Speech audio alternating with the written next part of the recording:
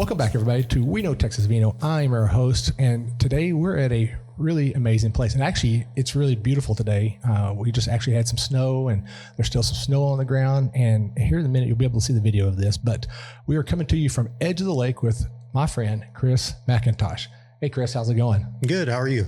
Doing all right. Yeah. I'm still trying to learn this whole camera stuff here. It's not easy to transition from one person to the next. Oh, there we go. I finally got it fixed up. Now you're on board. Okay. All right. So we are here with Chris McIntosh, guys.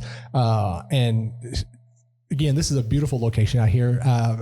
Too bad you can't see the snow in the background, but you would definitely love it out here right now. It'd be a kind of, I'll say, a romantic little spot right now, right? Yeah, it's beautiful. It's a unique property for sure. It definitely is. It definitely is. Well, before we get into the show, Chris, so I want to make a couple of quick announcements.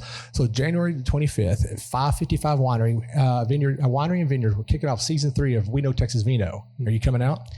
I will try to stop in. Yeah, it's only a mile and a half for me. It's not far. So come out and visit with us, other Texas wine lovers. You never know who is just going to show up. As in Chris said, he might crash the party. I might. I've been known to do that. Yeah. Yes, you have. Yeah. We're also be excited to add video to our show. So, you can start finding us now on YouTube at We Know Texas Vino. And of course, you can always catch our shows on any kind of podcasting platforms, and find us on our social media platforms. Guys, I'm sorry, I have not had any wine this morning yet. So find us on Facebook at We Know Texas Vino. So, Chris, how's it going? It's good. Yeah? Yeah. So tell us, what changed for y'all here at Edge of the Lake? Because it was January the 15th of 2023 when we did our very first episode here with you. Yeah, I knew it was close to this same date. So yeah, that's good. It's kind of nice we did this close. Yeah. How many episodes is it again? This will be episode 86. 86. Yeah. Awesome. Kind of crazy, ain't it? Yeah. Doesn't always pay to be first, if I remember correctly, but yeah, there was a lot of firsts that, we're like, oh, this is going to be a great idea. Yeah, it never turned out to be. I mean, okay, so you have to say the one that we did at Piaf. Yeah. Would have been a lot better if there wasn't music playing in the background. Yeah. And there wasn't a lot of people already in there. And there wasn't a private party in the same room. Yes. Yeah. We will have to actually revisit that sometime. No, that was a fun deal to do. It is. We'll have to do it again. Let's plan it this year. Okay. We'll do it. We'll come over here and do it at your VIP lounge. There you go. There you go. Well, speaking of the VIP lounge, you're asking what's new here at Edge of the Lake. We just did finish the remodel. I think we pretty much opened it up in October. We're sitting in our wine club lounge, which is upstairs. And so we've got about 70 more seats inside for our wine club members. And then we've got a gorgeous patio, which you can see behind me, with more seating on it. It's amazing how different the views are just 13 more feet up in the air. Yes. It's amazing out here. It also allows us to do rentals for some private events, rehearsal dinners, baby showers, bridal showers, things like that. And we've already been booking some of those events. And as you can see, it turned out pretty good considering this was a house. This was 2 bedrooms and a game room up here. And so we opened this up, and it's really was a project we've been talking about for a long time, but the purpose came upon us faster than we expected. We were really, really busy this past year, still growing. And during the summer months, started noticing we were fully booked for 2 to 3 weeks out. And wine club members would walk in with this look of disappointment. And, it's 100 degrees outside and I can't sit them inside. And I said, now's the time. So right about the time harvest started is when we started the remodel, which I don't suggest anybody doing ever again. It was an on-taking, and but we got it done really quickly, turned out really beautiful, and we're super proud of this space up here. We'll be adding artwork as we grow. We want the art to be purposeful on the walls and not just something we did just to fill a space. But overall, it's a whole different vibe upstairs. If people have been to our downstairs, it's very bright and, white base tables with light wood. This is a little more dark and moody and sophisticated. Yeah, soft seating chairs up here for our wine club members. Right. And so we like it a lot. It's very cool. It's actually really nice. In fact, actually, I know when you brought me up here, I was kind of like starstruck about it. I was like, oh, we're going up here to the VIP lounge. I feel VIP-ish. And walking up here, man, I have to say it's really nice. It is a different vibe from what you have downstairs. Yes. You did an amazing job for what little time it took to get it done. And I commend you on getting it done. Yeah. Now, if we just have like a self-service bar of wine over there, Yeah. that ain't gonna happen. Yeah, we don't have self-serve. We actually have a separate serving station up here that has a chiller for white wines, red wines. We have our own glass washer up here. Nice. Everything's separate, so we can fully function up here. We don't offer tastings up here right now, so for club members, they can enjoy a glass or a bottle up here. Okay. They still book downstairs for tastings. That's a staffing issue until this place is filled up, and fully staffing the upstairs is not on the table as of right now, but we planning for the future, right? Right. So, you should put a dumbwaiter system right in here, well, everybody says that, but we have a separate set of stairs. Don't worry. My staff and myself get our steps in coming up the stairs. We don't allow customers to go down the back stairs because it leads into the kitchen area. Right. And also it has a really strange landing in the middle that's you can't see. So unless you've done it 100 times, you don't know it's there. How many times you fell? Not many years. Not many years. Yeah. So, so all right. So we got us a nice little VIP lounge now up here for your members. What else has been going on out here? How's the vineyard going? Because I know when we were here 2 years ago, you was talking about choking out some Cab Franc, planting another block of vines. How's that all going? Well, we've kind of held off on planting because we've been working on a development project out here, and it's a threefold project. We need a bigger production facility. Obviously, we're jammed for space. We were jammed from the first year we started, and it's just gotten worse, obviously. And then putting in a wedding venue on a part of the property facing the lake, and then both of those projects have been approved by our local county. We're still fighting to get the lodging part. We want to build a bunch of cabins out here that people can rent, whether they're part of the wedding that's taking place that weekend, or they're here just to visit North Texas wine country. We're kind of trying to set ourselves to be the kind of center point for North Texas wine country because of our proximity to 35 and everything. And lodging is something that's lacking up in this area. Yeah. So still working on that project. We're not all seeing eye to eye in the county, but we're getting there. We're getting there. So you don't need permits for tents. Unfortunately, and fortunately, I mean, the beauty of this property is it's surrounded by water on 3.5 sides, but that also lands us within the planning and zoning comprehensive plan for Lake Ray Roberts, which is, come to find out, the strictest in the state. Really? So, there's some things that if I was trying to do this in 5 years, it would be no problem, but now it's new. Nobody's done some of the things we're trying to do at this point. And so, but we're still pushing forward to try to make those things happen. Nice. Yeah. So you got a whole bunch of stuff coming up. I know when we first visited 2 years ago, you had some of these kind of envisioned out there, but they were still in the vision stages. Yeah. So it's kind of awesome that you have now moved forward past the vision stage. You're actually in the process stage now. Yes. Yeah. So this is where the fun really starts. Oh yeah. And the lose of sleep. And this is where that utopia thought of being just a quirky winemaker and coming out behind the curtain has left the building. And now I'm deeply unfortunately involved in politics and the county and reading codes. And I probably know more about the comprehensive plan and the Cook County codes than some of the commissioners do at this point. So, well, I mean, in order to accomplish what you want to do, you have to do that. Unfortunately, that's part of the process. Yeah.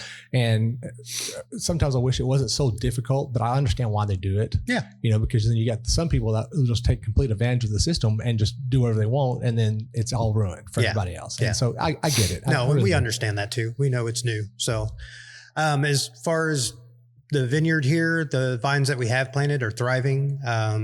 Obviously, Grenache has become our staple grape for here. We make Grenache 3 different ways. And so we had the best crop we've had to date this year. And we're able to make both our 100% Grenache Rosé in more quantity than we've made before. And then our Youngblood Grenache and then our Estate Grenache Reserve. All were probably the best harvest we've had. Nice. Albarino, unfortunately, on this property this year. Last year we lost the fruit altogether. This year everything looked great. Me and Greg, my vineyard manager, like walking through the vineyard, like this is the best Albarino crop we've ever had. We're harvesting this Saturday. Come back Saturday morning, and about 2/3 of our Albarino crop was gone, and it looked like raccoons were hanging out like Greek gods for 3 days and ate 2/3 of our crop. So that's, it's hard to fight pests that have opposable thumbs. And so we'll work on that this year. You know, our shotguns go a long ways. Yeah, we've done a lot more shooting this year. We've had some pig invasion here, which is so we've been doing some trapping and shooting and just trying to scare them off more than anything. Right. But then Tempranillo was an interesting thing that happened here in this North Texas area. I got a call from another vineyard that lost 2/3 of their crop. Wow. And we had a crazy windstorm come through this area in March, which is during the flowering time of Tempranillo. And unfortunately, I had the same issue. And then there was another vineyard that had the same issue. And so rather than, I usually sell little Tempranillo to that vineyard, they weren't going to be able to use their own. So I bought theirs, and then I bought this other vineyard. So we actually, what the unique part about that is that because all three of us only had about 1/3 of our Tempranillo crop, the fruit that came in was so concentrated in color. Nice. Just beautiful, beautiful juice came from it. And so I have fermented all those separately. And then now we're looking at, well, we don't really have enough to make an estate wine. We don't really have enough to make some, this other Tempranillo from these. And I think we're going to consider blending all three together just to make this 1-year wine that I think is going to be incredible. Well, you can call it North Texas Tempranillo. I was thinking like 3 vineyards, Oh, 3 V's. Yeah, there you go. Something, it'll be a one-off. It's one of those things Mother Nature gives you, and I don't think you'd ever be able to purposely repeat it. Oh yeah. But we want to take advantage of that fruit and not dilute it into other things. That would actually be, it would be definitely interesting because you would get to taste the different terroirs of different areas of North Texas. Right. The soil is soil. You're going to have pretty well the same soil all over the place, but different parts of North Texas have different terroir. Let's just call it as it is, So it would definitely be an interesting taste. I would love to taste that when it's ready. So we're excited about it. Call it 3 V's or something like that, and then just kind of all three y'all sell it. I don't know what the legalities are on that, but we'll probably keep it under the edge of the lake brand. So that is amazing that you're doing that. It's so awesome that y'all are thriving. I know that I've seen y'all more on TV lately. Y'all been doing a lot more TV interviews lately. Yeah, we had a very good CBS News special this year that landed right about at the beginning of July. And they only gave me about a 24-hour notice before they released it. And next thing I know, the tasting room is overwhelmed and we're trying to catch our breath, but we made it through it. I still every week probably get at least one customer that is just now making it out here from seeing us on that Robbie Owens special. And nice. It's been really cool. That was actually filmed right before the tornado. And so they kind of held on to it to let the news cycle kind of change before they released it. Right. But yeah, it was a blessing to be able to be a part of that. It was a very cool story. She did a really good job. So I think it came out here shortly after that was released, and y'all's tasting room was packed. Yeah, it was insane packed. Yeah. But I know that's what y'all needed. Because it starts with you, and then it starts with, the next one down, the next one down. The next thing you know, all the tasting rooms in this area is going to start getting full because people are going to notice that there are more wineries in the North Texas area. Yeah. And we've done some things, with our little threesome of wineries here in Valley View. This month we've got a January wine challenge. January is always a tough month for the wine industry, and basically encouraging people to visit all 3 of our wineries here in Valley View, a couple times in the month, and they get put into a raffle for, a prize and just, fun things to kind of thwart that. This Friday, we have our first ever Edge of the Lake vertical tasting that's sold out in a week. Oh, dang. It will be offering 6 vintages of Estate Tempranillo on that tasting. First time we've gotten to do that because obviously we're a younger establishment, but we're super excited. So we're going to be doing that this Friday. My wife's putting together this insane murder mystery deal that's happening at the end of the month. And they're really getting into it. All the people are getting emailed their characters, and it's about 50 people playing in this murder mystery deal. And so that's really entertaining. And then we're staying involved with the, they're kind of the reboot of the Fort Worth Stock Show and Rodeo. We're going to be there for several events with our Best of Texoma Award. They'll be pouring our Texas Hogwash Rosé at the Dickies Arena. Then we'll be at their Sip and Shop pouring Viognier and Barbera. And then we'll be at their Bubbles and Bites pouring hogwash and Barbera as well. So that's stuff that we haven't done before. Right. We're excited to just kind of get out there and be able to meet and greet and talk with people that may not know about us. So. Yeah, that's the one thing that I really enjoy doing, being downtown in Grapevine, working at the winery I work at. People that come in and they're like, oh, we love Grapevine. We love Grapevine. There's a lot of good Texas wineries here. I was like, oh, you're just scratching the surface. Yeah. I mean, this is just a micron of it's actually out there. And then they start talking about, oh, yeah, they love going out to Fredericksburg. I was like, well, let me ask you a question. Would you rather drive 4 hours, and I'm not taking away from the hill country. Let me make sure that know that. Tell people I know that, or they know that, is would you rather drive 4 hours and then drink a couple hours down there and then turn around and have to drive back? Yeah. Or drive an hour and a half and you can drink throughout the whole weekend and then be back in your house that afternoon. Yeah. And when I weighed it out for them like that, I said, the 4 hours you're driving, you can be maximizing your wine drinking experience up here. and when I showed them that, and actually pull out I'm going to drop a little spill here, the Texas Wine Lover app on them, and I show it to them, and they see all the wineries just in the North Texas area. They're like, I did not know there was that many wineries in North Texas. Yeah. People are always surprised with that. Obviously, we share that information here in the winery. Not directly just because of my involvement with North Texas Wine Country and the association itself, but because since we've been open, we've tried to maximize that. We know that all of us rise together, and getting people to come visit the region is our goal. Obviously, there's a little bit more of a challenge than going down the 290 trail because we're spaced out a little bit. But through North Texas Wine Association, we try to group those into suggested day trips where they can visit 3 wineries at, 4 at most. I always say 4 is too many, but it's not. No such thing as too many. It's just the hours of the operations. That actually leads into a really good promotion that's going on right now with the North Texas Wine Country. Yeah. Can you tell us about it? Yeah. So we do, with North Texas Wine Country, we do 3 wine trails a year. Coming up here in February, and we actually extended this. We started this program last year. We're extending it one more weekend to give people actually 5 full weekends visiting. So it'll go through until that very first weekend in March. But you can visit. We have over 44 wineries that are members, anywhere from this region here through Grapevine up into St. Joe, and then to McKinney, and just all the, and even out to Greenville. We have a couple wineries out there that are a part of it. New wineries opening up this year that we're really excited to be a part of it as well. So, but you can do all that for one low price, and you can have 5 weekends to go venture through and explore the North Texas Wine Country.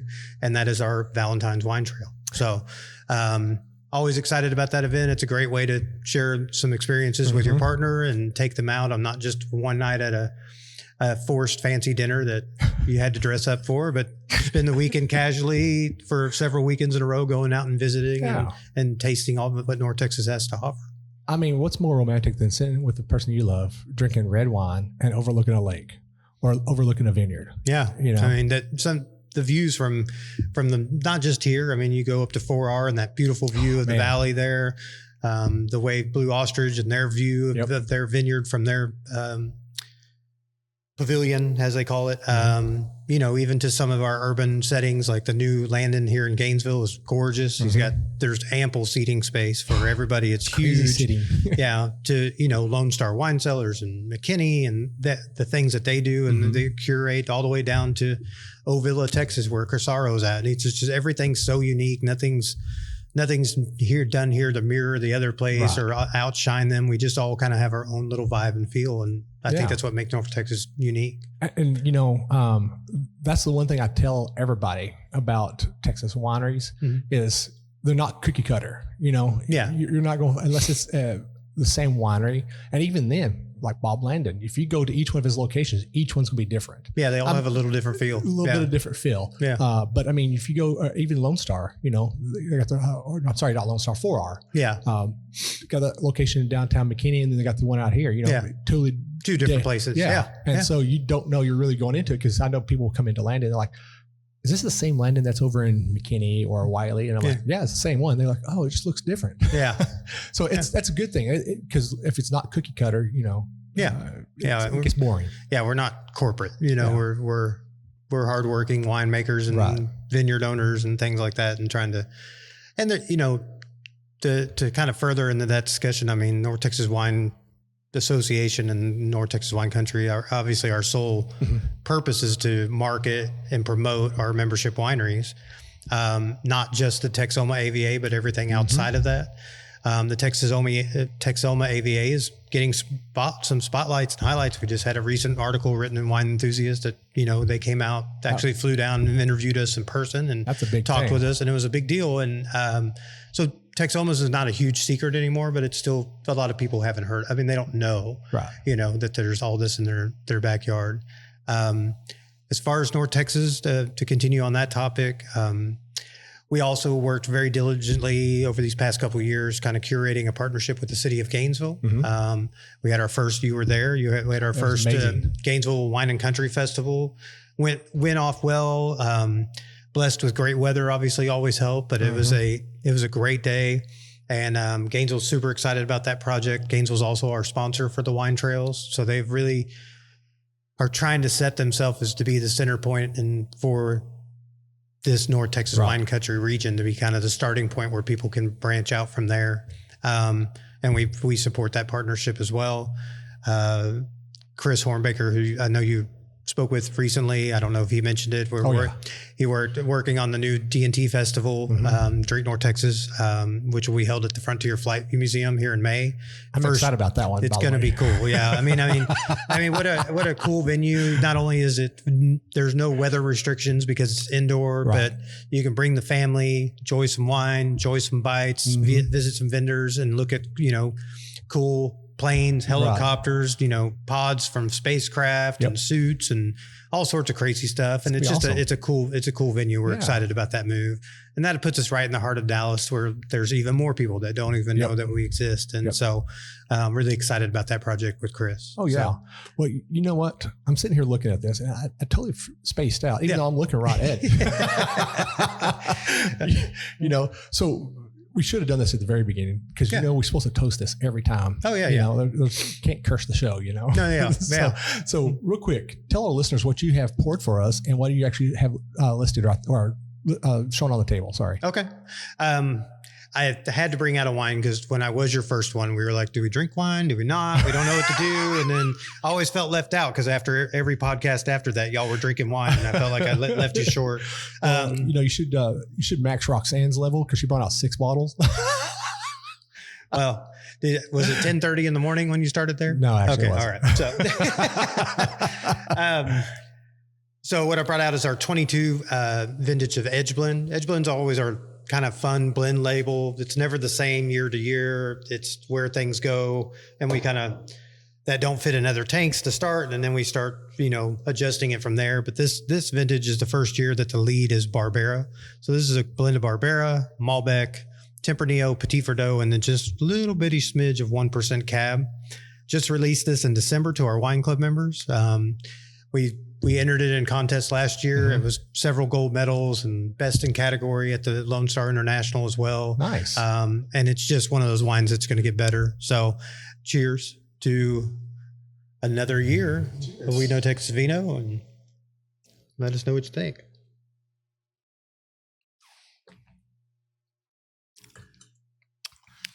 I'm just going to say this. I'm kind of speechless.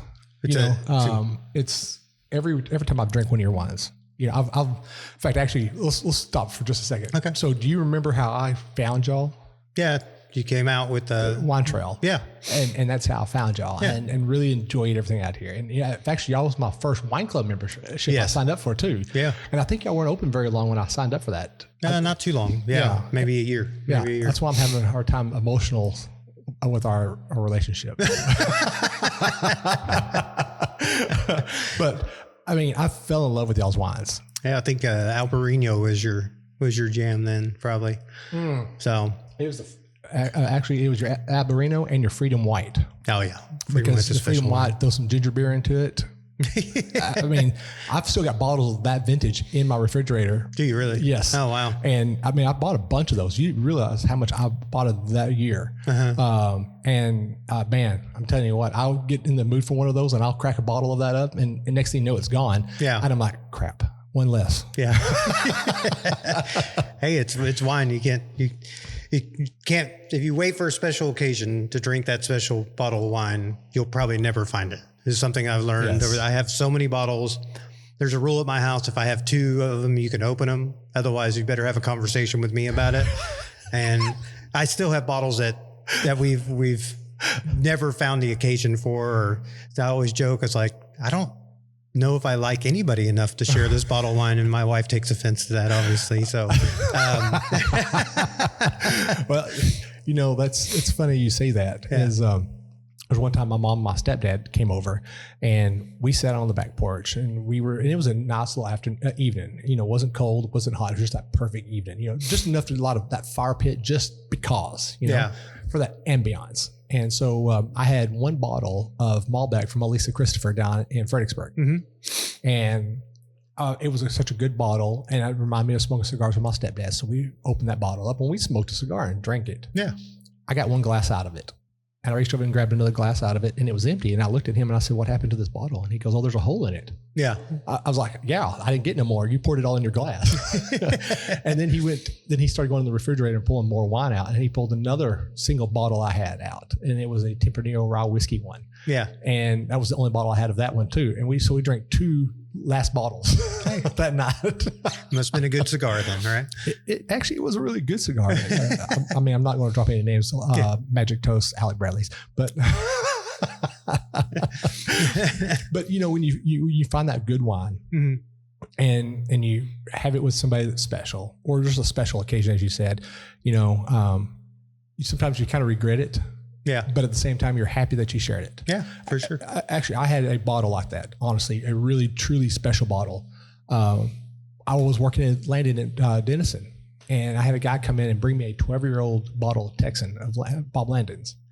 And I was kind of excited about it, but nervous at the same time, because it fell in that place where Texas wines just quite wasn't aging properly, Mm-hmm. And this is from everything I read. I may be incorrect, but from everything I read.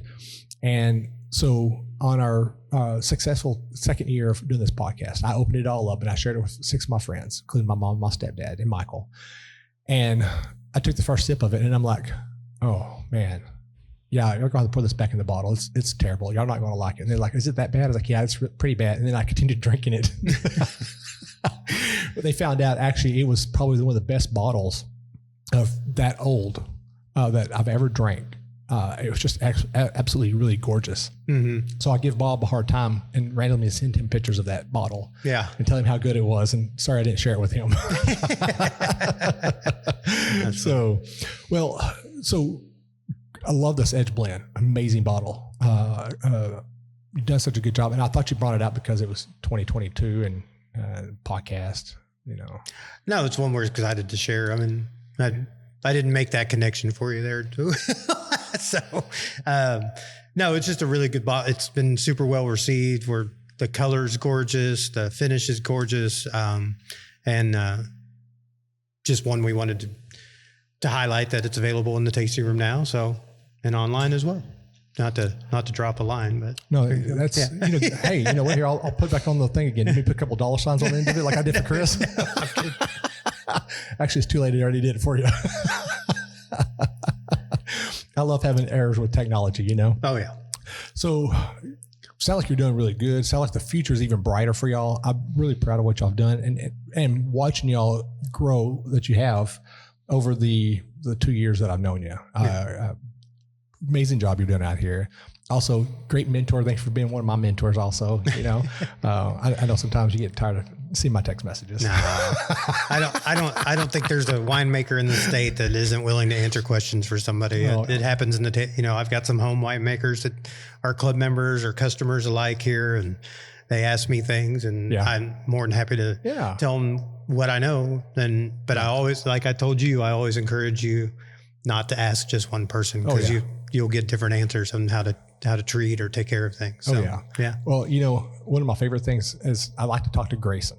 Yeah. But Grayson, for me, he talks so much into the chemical levels and stuff like that it takes a couple of days for that to click into my head. Yeah. I love Grayson. Grayson's a great mentor also. Oh, Grayson's answered many questions for me coming over these years too. So, Well, so Edge of the Lake is doing amazing. So how did Texas fare this year or this last year for grape growing? You know, there were, and everybody probably had a different experience. I can only speak for mine. There's been a lot of discussion about how to let wineries and winemakers alike know about grapes available. And I know we've made some steps with both Twiga and some other different avenues to get that information out there. This year this past harvest, I had more phone calls from vineyard owners or people that had fruit that it was normally contracted in full, where people had dropped the contract because of the bumper crop that we had in 23. Our problem was there were some of those fruit, some of that stuff. I was like, man, I want it. We don't have the capacity to take on more fruit than what we contract. And, you know, there was some I guess the educated guess of how much crop load you're actually going to have if you're a vineyard selling fruit, commercially. And so at the end of the season, I was left short on some things where I had, through the whole harvest, I could have picked up those fruit, but I was staying to my contract. And I don't know what the solution is to that. You know what I mean? I mean, heck, we're no better at estimating crop load than a lot of places here. I mean, we're always surprised either one direction or the other every year a little bit. And, but I think people are holding on. They've got more juice. I keep up with people's bottlings through our bottling guy, Mike. Shout out to Mike. We love Mike. Mike's a great guy. What's that company called? I knew you were going to ask me that. Well, if it comes to you as we're talking, you just squirrel it to the side, you know? God, I can't. If you had to ask me, I would know it. Is it the same guy who did for Blue Ostrich also? Oh, yeah. Mike Goddard, yeah. And he does a lot of the wine places, Hill Country. He does some distilleries and stuff too. He's just a hardworking, great guy. But I asked him as we started scheduling for this year, I was like, what are you seeing? Are you seeing people trying to bottle a lot because they have so much, or people not bottling as much because of their sales are down statewide? He says it's really both. I don't know how we correct that. There's some people that are angry about different things. I'm not angry about anything, and we're 100% Texas here, Right. We're not just from Olive Vineyard, but we buy from growers in the High Plains as well. I don't know how you fix that. Right. It's not a one size fits all. Yeah. There's different size vineyards. One guy that reached out to me this year, he has 7 acres out in the High Plains. It's all hand harvested. Wow. Beautiful fruit. His contract was usually carried by one place. It has been for years, and they dropped the whole thing this year. And he's got all this beautiful hand cared for fruit. No machine work. Everything's done by hand. Oh man. It's like mirroring what we do here, but in a small place out in the hill, up in the High Plains. And so it was heartbreaking because I even reached out to other vineyards, and none of us could take it because we were all so overloaded. Right. And really tried to help them out. And I don't know what the solution is to it. I know there's people bigger than me working on it. Our solution for us is obviously we're trying to build that bigger production facility so that we have room, because there's opportunities there when there's crops that can't be taken, not just in price. I think there's some people taking advantage of that situation and lowballing on people, and I get it. It's all business and stuff. Right. But I think the opportunity to bring in additional fruit that maybe you weren't planning on just because you have the space, we couldn't take advantage of that. Right. And now you're in fear. You're like, okay, I'm fully loaded here. What happens this year? Right. When I don't take in more fruit, or I don't get the fruit. We have a year that's down in production, so we'll see. So when you have fruit like that, and this is where I'm kind of curious about, can you not freeze it and have it ready? So when you do have the space ready for using it, you can just thaw it out or does that change the chemistry of that grape when you freeze it? No, talk to Dr. Bob Young and he'll tell you differently. No, I actually, there's a cold storage that was built here, not too far from here this past year, opened up. I actually went and visited with them for that very reason. It was like, getting our production facility so small, taking more than two different varietals on the same day is impossible. Right. Because we don't have a cold storage. Right. And so, you have to be able to get it cold fast. You have to, it has to be handled correctly. Using a cold storage facility might be a fix for that temporarily for us. Sending some of those reds directly to the cold storage, drop it down below freezing like that. Right. And then get it out when you've got time later on. And that's, the cryo method that Dr. Bob Young is using down at Bending Branch. But he's doing, purposefully to concentrate color and sugars and things like that. So it's kind of it's funny because we're bringing our vertical tasting coming up. We're bringing out our 2018 Estate Tempranillo. I only made 30 cases of it, but I have to tell the story because when I've listened to Bob Young's presentation at, I believe at Twiga one year about the cryo method and his other things that he does, I thought, oh, hell, we were doing that years ago. We just didn't know what we were doing. When I first came up here to actually turn this into something, my dad had bought 7, I don't know how big, the biggest chest freezers you can buy. They were all over the house, in the garage and everywhere, full of Tempranillo grapes. Okay. They did that in a panic. They wanted to harvest. They didn't want to drop any more fruit on the ground. And so they bought all these chest freezers. So in 19, when we harvested Tempranillo again, I thawed them out partially and processed them to make that Estate Tempranillo. And so my whole thought was like, I'm like nudged my dad at Twiga. I was like, we already did that. You know what I mean? I was like, so, but that wasn't the purposeful intent. It was just to save the fruit. But it did make we can't repeat that wine, you know? And so, I think using some of those cold storage facilities, I know that some other wineries have reached out to me with interest in that. And so we're looking into that for this next year, maybe. Interesting. Yeah. So here's just a thought. A lot of the wineries over in California, what they'll do is they'll take up, a 5-gallon bucket and they'll flash freeze all those and then turn around and sell that online. Yeah. Have Texas thought about doing that? I'm sure somebody has. I mean, I see those where you can actually buy the fruit frozen and everything. Yeah, get it sent to you. I'm trying to think of the vineyard that's doing that. Then they sell you the whole kit. Yeah. You get the wine, the yeast, the thing, all the stuff. It's a pretty interesting way. I mean, California has a different situation where they're pulling up vines because they have more fruit than saturated. Yeah, they're saturated now. Texas, from what I understand, everybody was down this past year as an average, obviously. And yet we still complain about not having enough fruit. But when there was too much fruit, there was only a few people in the state that were big enough to take that excess fruit. And were they willing to take it? I don't know if they all did or not. So I think there's some interesting things that, but we have the space. Right. But what comes along with that space is how far we're spaced out from each other. Correct. North Texas doesn't have like a wine hub for distributing bottled wine either. Right. Things like that will come up in the future for us as we grow. I mean, it's all logistics, you know, so. And that's always interesting to you sit down and talk about it, when we have an excess of grapes, what was it last year? We had an excess of grapes. Yeah. In fact, actually, I think the last 2 years there was an excess of grapes. I mean, there was hundreds of tons dropped on the ground because. And it's sad. Yeah. But if the wine sales are not up, then people can't buy those grapes. Right. And I get it. And I also understand that affects the grape grower because, they're expecting those grapes to be picked up. Yeah. And then it's just a vicious cycle. Hopefully pretty soon that people start finding more Texas wines and the need to purchase more Texas wines will go up and we'll start getting distributed out more into the United States. And people don't want to have California wine. They want to have Texas also on their table. Yeah. And that I know is for Texas is a big thing. That's what we're trying to do. That's our ultimate goal.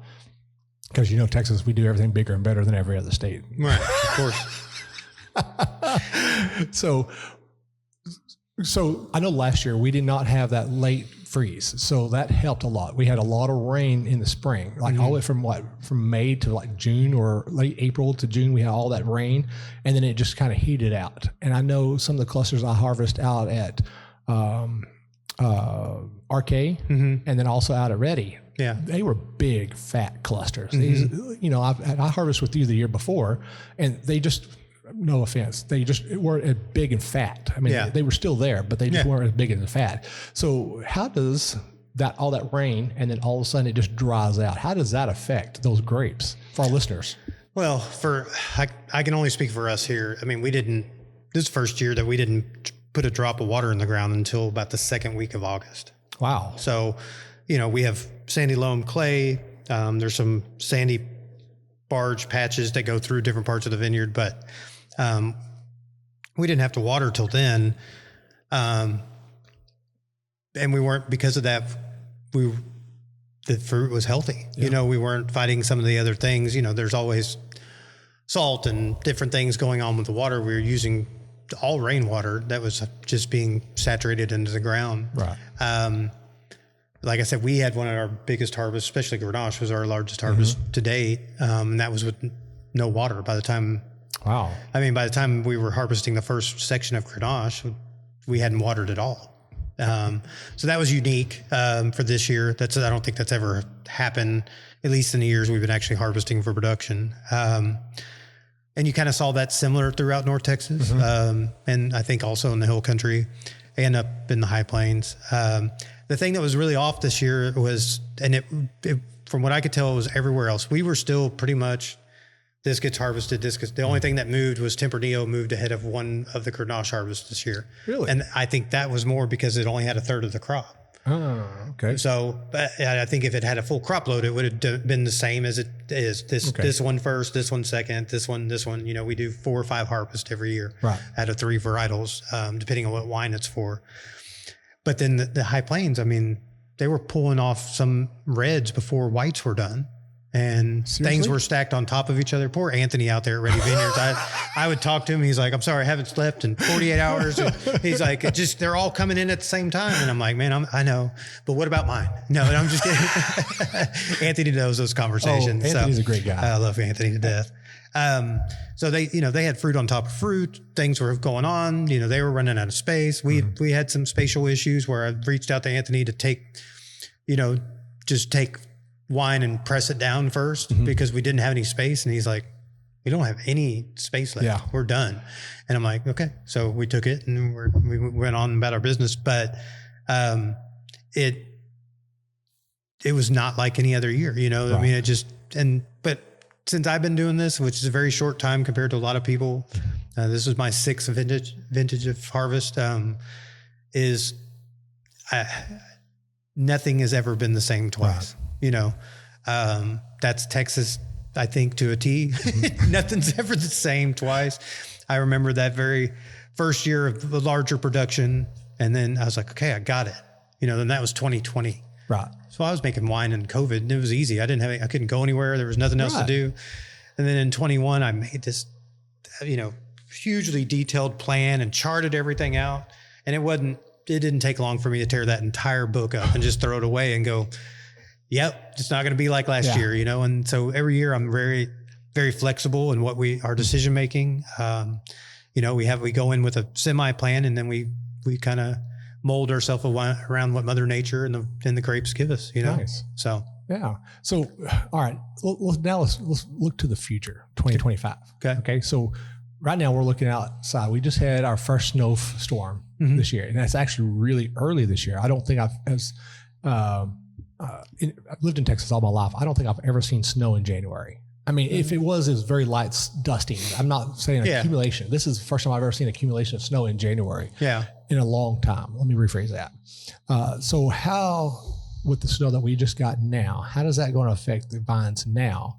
And how will they affect them in the springtime when they come budding out? Because I know right now, and I know right now they're in hibernation mode, so they should be okay. Yeah. As long as the roots they don't freeze, we're okay. Yeah. But coming in the springtime, should they be a lot more, or they possibly be more fuller coming in the springtime, or are they still going to be what we like here? We normally see. What are you expecting? Because we had an early freeze this year. It's always going back to never the same twice. It's always in theory, right? Right. The good news about the snow is that the days leading up to it, we had a pretty hard freeze up here that really ensured that the vines were dormant. Mm-hmm. We were just starting rough prune at the beginning of the week because we got those cold temperatures. Then we got 7 up to 9 inches of snow on this property, Holy just cow. depending on where on the property it was. the good thing about that is since we had that cold snap before the snow came and not after, it helps shut down the vines fully. And then we get that blanket of snow that acts as an incubator to the root system. While the snow melts, and it melts slower because we'll still have snow after today, and it's supposed to get up to 47. Right. There's so much snow.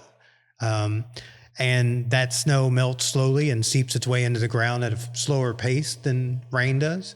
So we'll have some good water capture into the ground. That will add to whatever spring rain we get.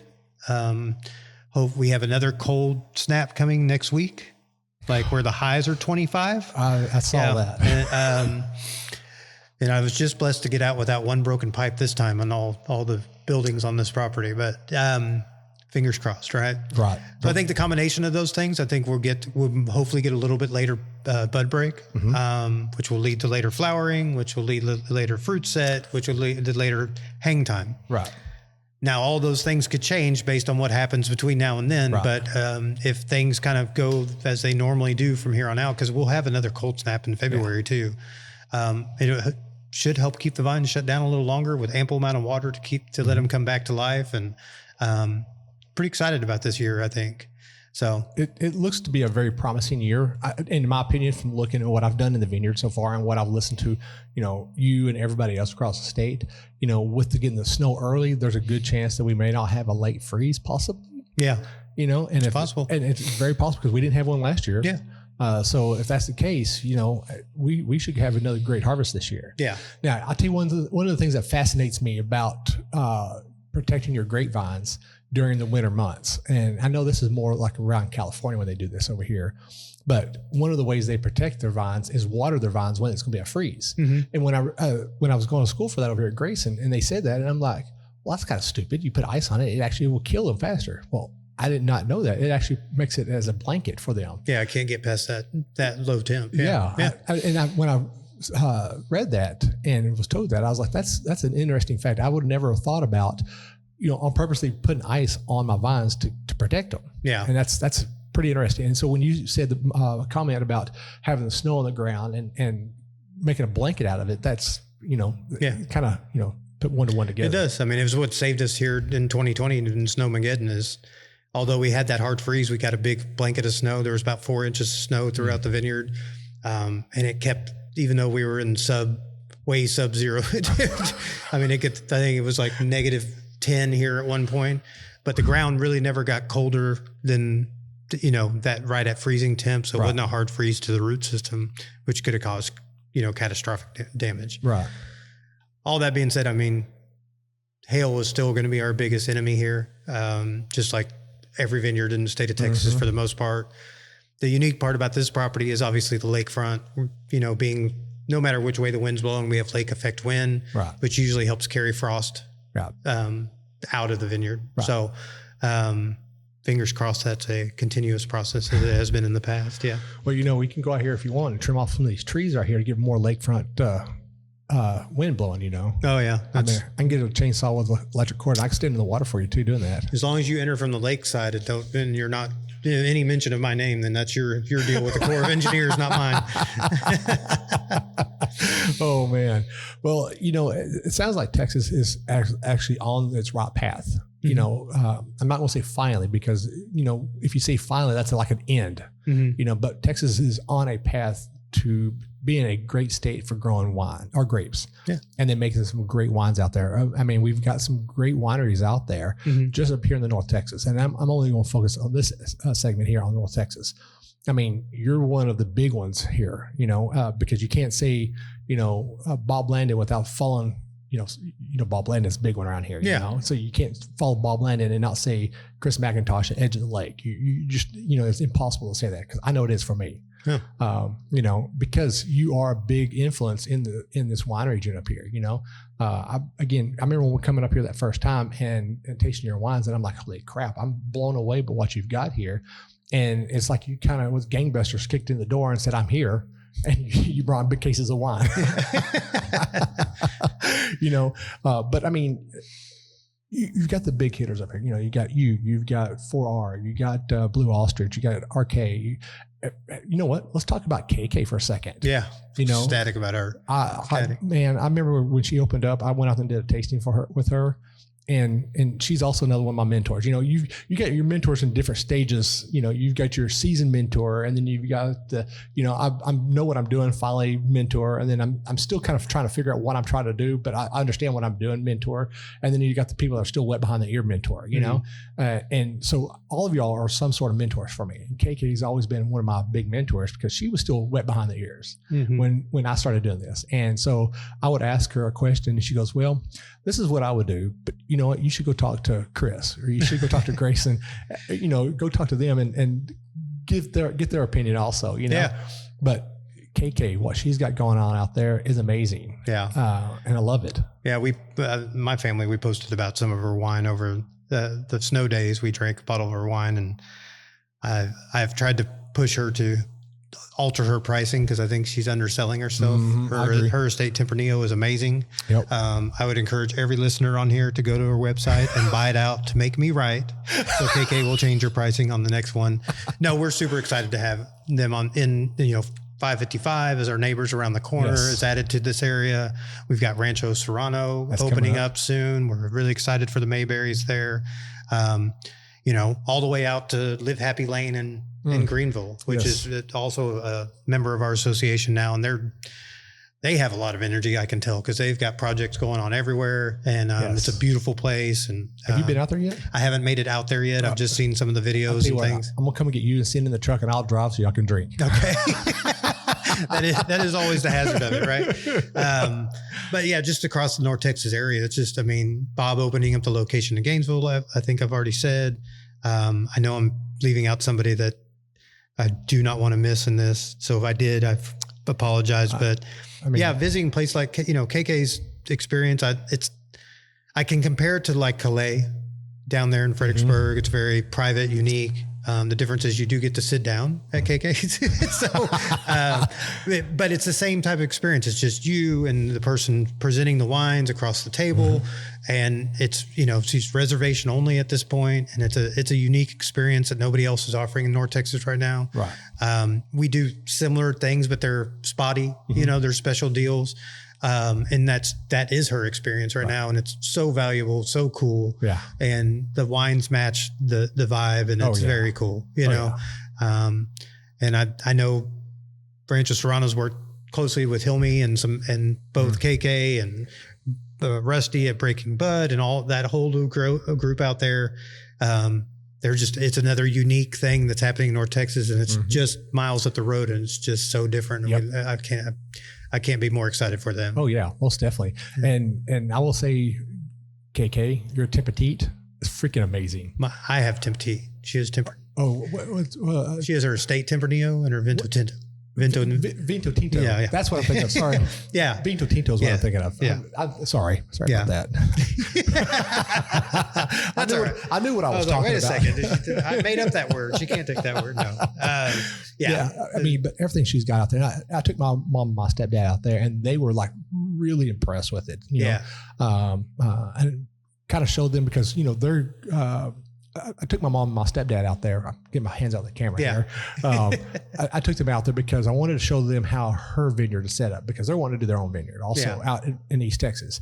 And I wanted to show them how she has her irrigation system set up out there, because I want them to have a nice setup when we get our vineyard going out there. So that way they can spend more time pruning and checking and watching the vineyard and make sure all the watering system is set up where it's on a timer.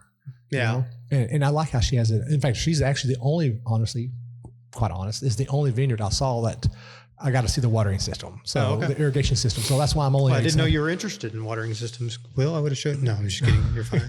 Yeah, you want to show me your water hose and goes here. That's how I water my vineyard. That is not how we water our vineyard. Not anymore. Oh man, no. But KK has really helped, keep me in track when I got frustrated. And she's like, "Don't get frustrated. Just calm down. Oh yeah, it'll be all right." Wine will teach you patience you never knew you had. That's what I always say. Honestly, being an ADD person, wine is the worst thing in the world. You? Yeah. Oh. Yeah. Look, there's a squirrel right over there. But it definitely has helped my ADD a little bit. because I mean, I'm ready to drink this. I'm ready to drink this. Well, you got to slow down and be patient, grasshopper. You know, you got to let the wine do its own thing. Yeah. Which, as of recently, I just bottled my first wine. Yeah, I saw that. I'm excited about it. Hopefully in March, which is Twigga. Yeah. I'm going to try to introduce it then at that time. We'll see what it goes. Okay. I hope you're going to be there. It's up in the air right now. I got a lot of stuff on my schedule, whether I'll make it down to this one. We'll talk afterwards. Okay. All right. But with all that being said, so 2025, we're hoping it looks just as good, if not better than 2024. Hopefully, with the growth of the vineyards, which actually I just found out the other day that we have like 10,000 acres under vine in Texas right now. Yeah, that sounded probably right. That's insane. Yeah. And what Paul Bonarego posted, I guess last week, that there's now 1,174 permits in the state of Texas. Wow. So moved us up a state in the most permitted wineries. I know some of those are repeats of satellite locations, but it's still going up. Yeah. So it's amazing. Well, I would like to know of those that have their G permits who are actually opened. Because I know there's some people that got G permits and they're not selling actual wine in a tasting room. They're actually just selling it online. Yeah. Which, I mean, it's okay. I mean, but open a tasting room. Let people taste your wines there and see the look on their face when they drink your wine. Yeah. I like that. I like seeing the look on your face. And when I try something, you're like, what do you think? And I'm like, this is amazing. Yeah. And you're like, I know it is. Yeah. That's half the joy of it, right? So, Chris, is there anything else you want to talk about? I mean, actually, you know what? Let's talk about one funny thing. Okay. Let's change topics here. All right.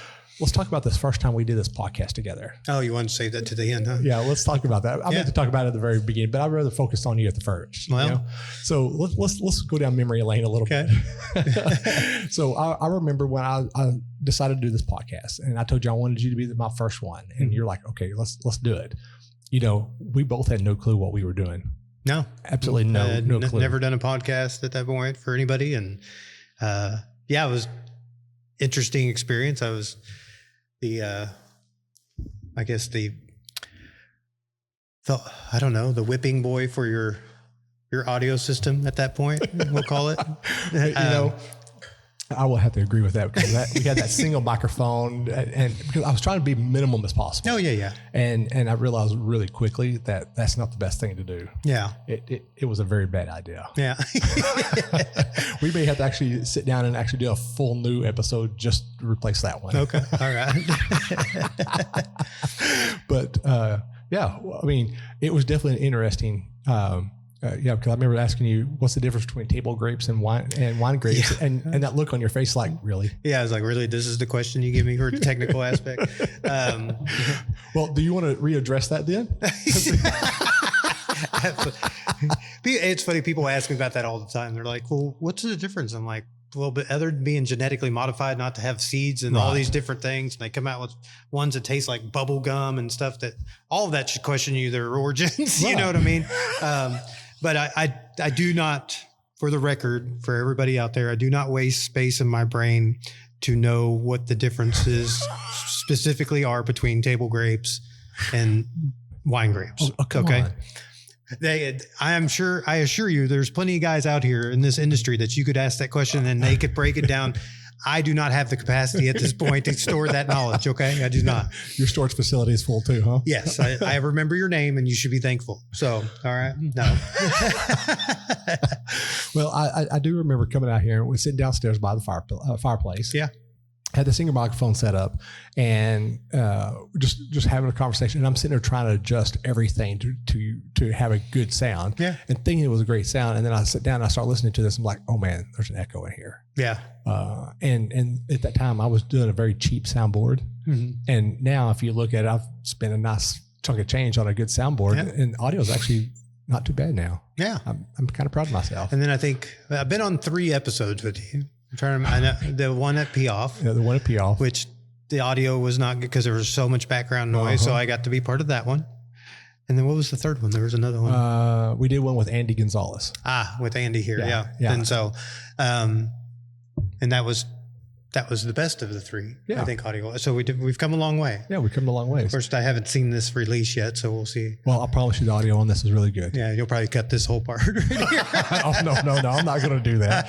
I'm not going to do it. Yeah. Well, I do have to I'll give you another shout out for this because we were at Valley View Wine Walk and getting ready to set up the video and all of that. And my big 22-inch monitor fell and hit the ground and shattered. Yeah.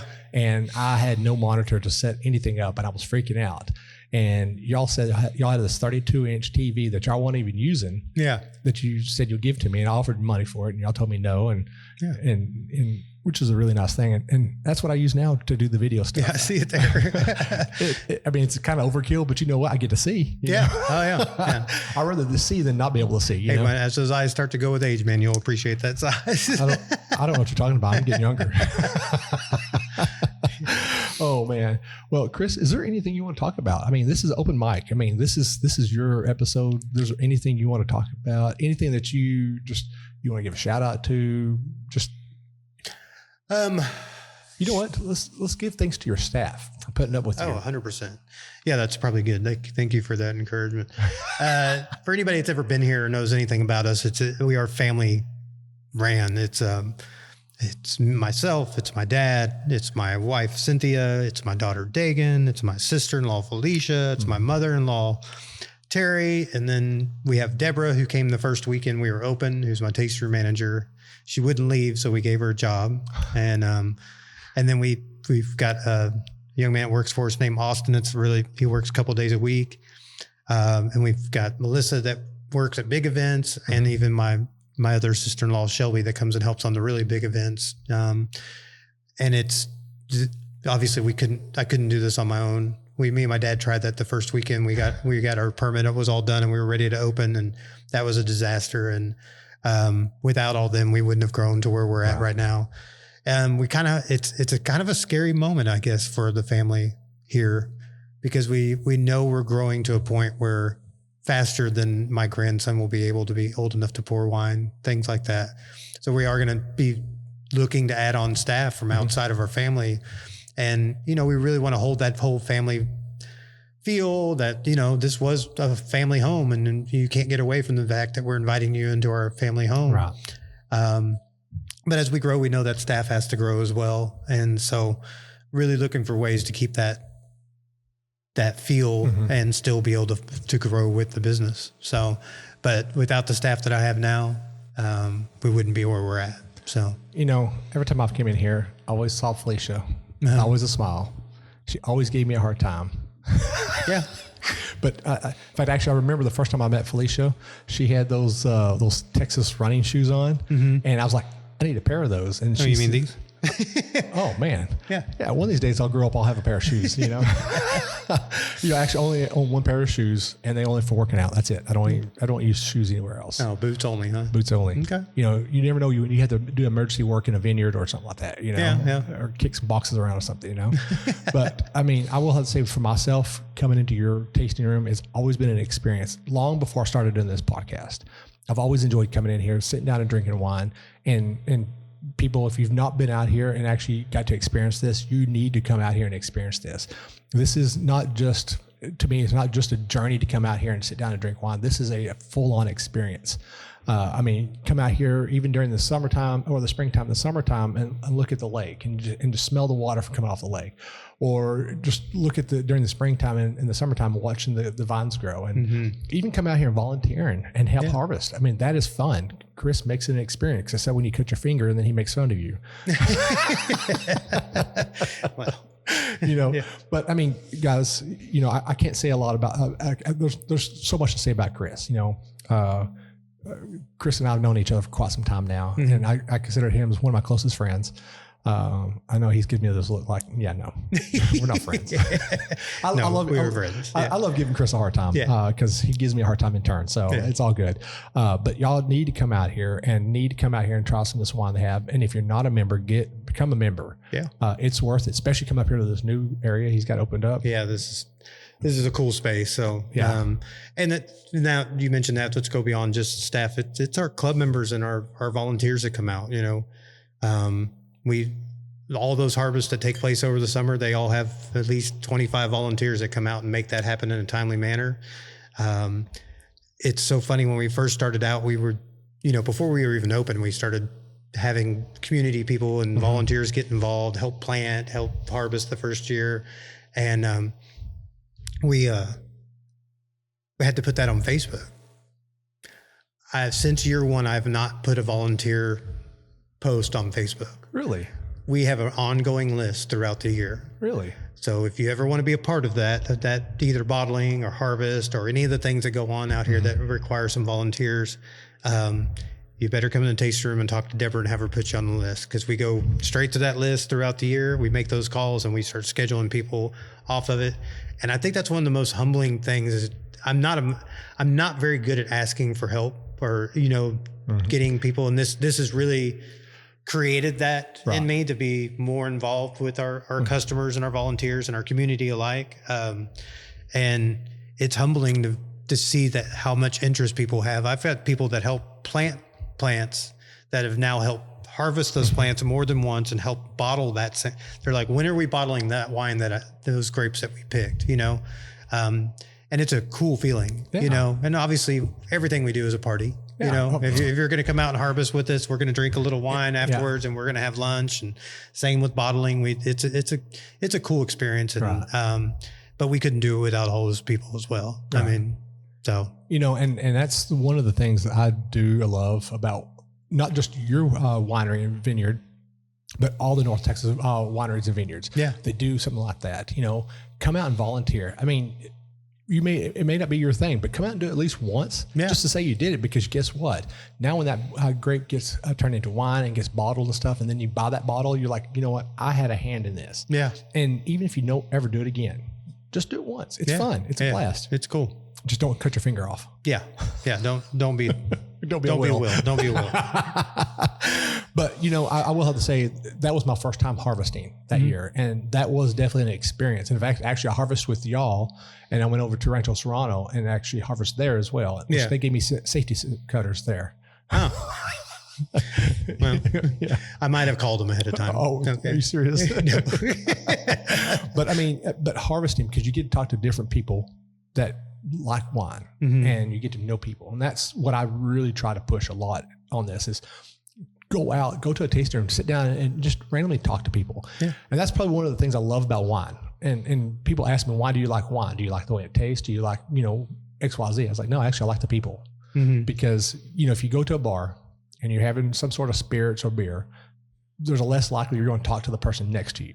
Yeah. But with wine, because you're sitting around a whole bunch of people having the same commonality, probably drinking the same wine, and they have a conversation about something, and all of a sudden you hear that and you say, oh, I did that same thing, or I had something similar experience. Next thing you know, you start talking to them, and now you have a new friend. Yeah. I mean, you may never call each other again, but you had a good conversation with somebody, and then you get to share something common with each other. And then next thing you know, you're sharing a bottle of wine with each other. And it's only wine that does that. It's no other alcoholic drink out there.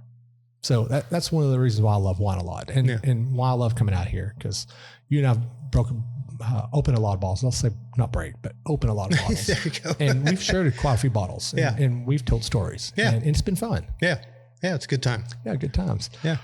So, well, we're coming to the end of the show. Okay. And so I want to give a couple quick shout outs to our sponsors right quick. So first, we actually talked about them already. So Texas Wine Lover. Right. Great little app. Again, I tell everybody, use the app, find a Texas winery, and support Texas wines. Yeah. And if you're a winery, go on there and claim your location and allow them to do some of the legwork for you by doing a paid subscription to it as well. We do it that way, and the association does it that way. So definitely good for Texas Wine Lover. It's definitely worth every bit of the free download that you get. And actually what I love to tell people is go onto the desktop version of it and plan your trip out and maximize your wine drinking experience. Yeah. And then push it to your phone, and then it will give you directions to that winery. Yeah. And it's a great little app. Yeah. Great little app. Now, I don't know if you've heard of this one, but Old Vine, Texas, down in Mansfield. Have you heard of them? Mm-mm. So they are a Texas wine bar. Oh. Right now they focus only on the hill country stuff. They only have enough rooms so they can do 13 different wineries. but they're looking for a bigger spot so they can put more Texas wines in there. Oh, good. They focus 100% on Texas wines, and they want to make sure they push for the Texas wines and Texas agriculture, and then they want to push you into their tasting room as well. And they've got some really good wines in there. In fact, actually, one of my favorite ones they had, they actually got it on tap from West Cave. Is it West Cave? Yeah. West Cave Cellars. But it's a rosé Cab Franc. Okay. I've never thought about doing a Cab Franc as a rosé. And man, I'm just going to say that was a new wine that I've never tried before, and it was amazing. Good. So good. Go check them out. Well, I will. I'll go check them out and let them know when they're ready to do some North Texas wines. We have a lot of customers and friends and family in that area down there too. So. Well, and being in Mansfield, there's no wineries down in Mansfield. If you need a winery, you have to go to Burleson. Yeah. Which is still a 45-minute drive. Cordova Villa. Yeah. Yeah. So you're still looking at a good 45-minute drive wherever you're going. Yeah. So great little place to go to actually taste some of the wines, and you're like, oh, I really like this. Let's go to the tasting room. Yeah, cool. Great entry place. So, well, when we get to the end of all of our shows, we have to do wine quotes. Okay. And, we've been doing wine quotes now for 86 episodes now, and it's starting to get harder to find good non-repetitive wine quotes. so I'm trying to figure out new ways to come up with wine quotes. So we got a couple of them here that I don't know if we've done them before or if they don't mean anything, but we'll see what happens. Okay. Are you ready? Yeah. Am I doing thumbs up, thumbs down? What are we doing? You can. Let me get the camera turned on so you can do. Okay. Give So a review. we'll start off with an up, assuming it's good, and then we'll just Okay, kind of meter it. I'll just leave the camera on you then. Okay. Here we go. All right. So the first one is: a bottle of wine begs to be shared. I've never met a miserable wine lover. I'm gonna give it right there. Okay. All right, it's right there. All right. And then the second one, the last one is: life is all the stuff you have to do from coffee time to wine time. That is 100% true statement. For almost every one of us, that's a true statement, right? Yeah. Yeah. You start with a cup of coffee in the morning, and then you wonder when you can have that wine. Yeah. What is it? I have coffee for the things that I can change throughout the day, and I have wine at the end for the things that I couldn't. Exactly. Right. I like that. We just had a surprise. Yeah. So, well, Chris, I appreciate you coming on. Yeah. This is episode 86. I can't believe we're 86 now. That's crazy. It's crazy. It just seems like yesterday, Yeah. like a newborn child, So this is Will. And this is Chris. This is We Know Texas Vino. Cheers. All right. Thanks.